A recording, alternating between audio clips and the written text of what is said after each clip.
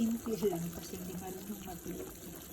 May bawang, may konting sibuyas, at saka onion leeks. Galing yan sa potted plants. Yun lang, pakuluan.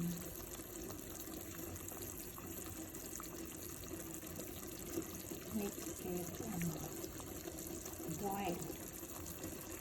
Hindi marunong, ganun lang magluto. Hindi professional na cook. Lang, sabaw, tapos asin, ganun. Diba? Mas masarap daw kasi pag buo yung chicken.